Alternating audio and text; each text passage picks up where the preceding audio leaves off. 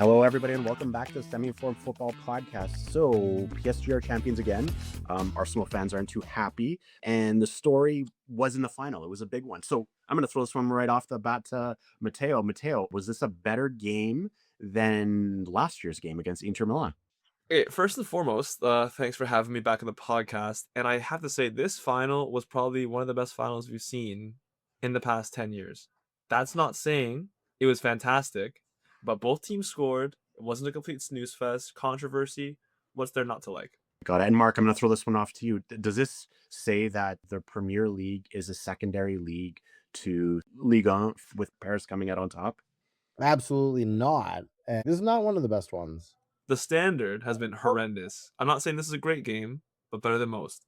Well, because it was tight, or specifically, I kind of understand both of your points. Like, I feel like that early goal by Arsenal, so Kai Havertz scoring in his second UCL final, getting off to a quick lead, like I think it was like 5 or 6 minutes in, but it seemed like that really affected the way Arsenal played the rest of the game. They were kind of holding it up a little bit. I don't know. Am I right to say that, Mark? What do you think? Yeah, I mean, they score 6 minutes in. It surprises probably themselves more than anybody. Take a look at their fans and Arteta. They're in absolute shock and disbelief. Havertz is shocked that it went in. And then what did they do? They went back to their strategy, which is let's play the most boring football, because if we win and people mock us, we're still the champions. And we'll talk about its strategy to win the game like this. But it's killing football. It's boring as hell. It's just it's not football when you only live by these tactics. I think you're being pretty harsh on them there. Because That's we've seen extremely defensive teams like Atletico do the same thing and get nowhere near the amount of slack that Arsenal are getting. Mateo, Yes. how many shots did Arsenal have on net after the 6 minute and before PSG scored? With a 0. And you think that's the same as Atletico? In terms of parking the bus, yeah, we know the kind of team Arsenal are. Sit back, have a lead, especially against PSG, who, look, they're more of a counter-attacking team. They're not so much creators. The only player there who can make something out of nothing is Kvaratskhelia, which he did in the penalty. Apart from that, I have no issue with Arsenal sitting back, defending their lead, doing what they're the best at in Europe, and trying to win the game. You don't have a problem with a team just parking the bus, and you think that's football. When you're up 1-0, I'm not saying it's beautiful football, but when you're It's up a 1-0 strategy. and That's the whole argument. when you know you're that it's subpar to your ruining- opponent, that's fine. So then they've been subpar to all their opponents, I guess, all year. They haven't parked the bus against everyone. Let's be real. No, so it wasn't as exciting as a final as I guess even the semi, which was PSG versus Bayern Munich, which was balls out for two full games. So it wasn't that, I give you that, but it was an interesting kind of turn. And before the pen happened in the second half, I wasn't quite sure that PSG was actually going to put it through. I'm like, hey, Arsenal actually squeak through with a 1-0 win. Yes, yes. And with a ref who's pretty much on their side and's been on their side all tournament. Oh no. Let's not start that discussion, because Well, I thought, if anything, he was against them in the second half. We're gonna jump into that one, because if you did not see Bukayo Saka's handball, he's swatting at it. He's swatting. It's not ball to hand. He's literally pushing it. And I all disagree. you didn't see it? I disagree. Oh, okay. What was he doing then? It wasn't intentional. It didn't swat at it. It was a natural move from his body. Your arms move. That's not natural. Watch it. It's a swat. He's trying to regain balance using his arms, and it hits the ball. If we're going to talk about 50-50, If he's trying to regain balance, wouldn't his arms swing backward and not knock the ball forward? not necessarily. Really? But look at his back foot. I don't have the still image on my screen. But I'm letting you know in live time. It's beautiful to hear this commentary, and you don't even know what happened. Beautiful. Well, Mark, in Mateo's defense too, in extra time, which one was it? Medweke, Nuno Mendes on him, who brought him down. Yes. Where again, I looked at that a few extra times, and I do understand that that wasn't a call. But if he was on Arsenal's side, would he have made that call? I don't know. Okay, first of all, we all saw Yes, yeah. Madueke grab his arm. I'm gonna put this to Mateo. Do you think that was a penalty? I don't think it was a penalty, but we've seen those given. So what if you've seen them given? The question was, Absolutely. do you There have see, been is it a penalty? And you said no, it's not. but I've seen it given. Referees do make mistakes, and if he Yes, was truly on Arsenal's side, why yes. wouldn't he have called that? That's the point. That's the point I was trying to make. And honestly, with that, like I remember talking to you guys on the chat, just saying, I'm like, yeah, how did that not get called? And Mendes, you can even see, tries to avoid it at the Yeah, end. yeah, yeah. Or You the know what? top. I think the right call happened. However, at the time, it took me a while to kind of put two and two together with that. But I agree with you. Yeah. I really want to bring this home right now. So this is 2 years for PSG winning the Champions League. Um, you know, they've shown quite a bit of dominance over this period, even making the Club World Cup final and losing kind of unceremoniously to Chelsea. But is this the starting of a dynasty? Uh, I think it could be. They've won more Champions Leagues now um, in the past 2 years than Pep did at City in those 9 years, right? So the only thing stopping this from being a dynasty is they make too many changes. They just need to add a couple of pieces here and there. of a younger squad too, which I is you're believe right. it's actually the youngest squad Yeah, in Champions League. yeah. It's just Players yeah, ridiculous the quality of these young players. right. I think some players are going to start to chase the bag.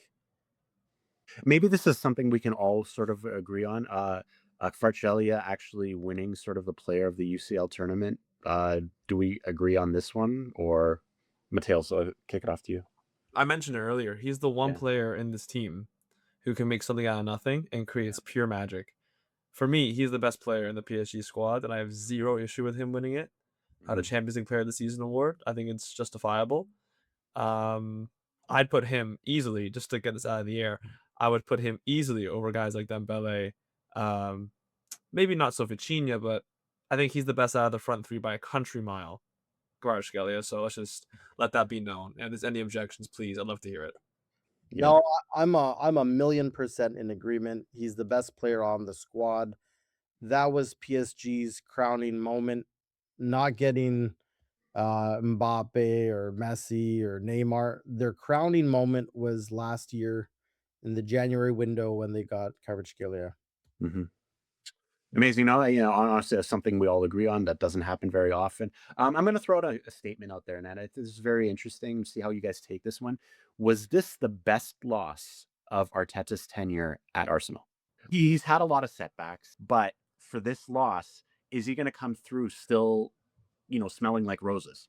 I'll say this probably was his best loss. I think everybody going into this was making a prediction that PSG was going to win big.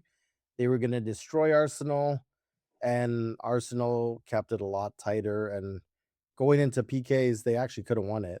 Yeah, I think so. Yeah, they were completely respectable. Nothing to be ashamed about here. And again, the day after, with the whole Premier League celebrations, it's shown that this season was a success. So is Arsenal right now moving from sort of like a project from the Premier League to actually a powerhouse from the Premier League, and we'll see them in upcoming Champions League finals, I guess, in the next few years? Well, are they a Premier League powerhouse now? I think the answer is they should be for two reasons. Number one, they just won the Prem. Number two, and this is a big factor, is that Pep's gone. If Arsenal doesn't finish top three next year, is Arteta gone?